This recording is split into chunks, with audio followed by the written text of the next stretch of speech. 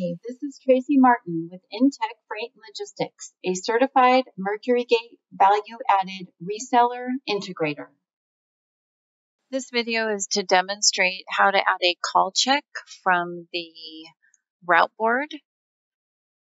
So here we have a load that's currently in transit, and here you can see we have the ability to select the blue button for call check. So I'm going to add in, let's say, Amarillo, Texas as my call check.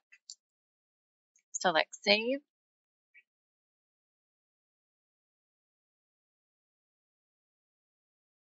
So now you can see here, this was my last location, Amarillo, Texas.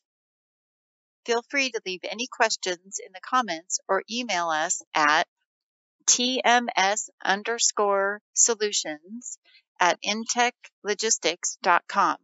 For more information on Intech's MercuryGate partnership, visit www.intechfreight-logistics.com/TMS. Please do give us a thumbs up below and subscribe to this channel to get future videos first. Thanks very much for watching.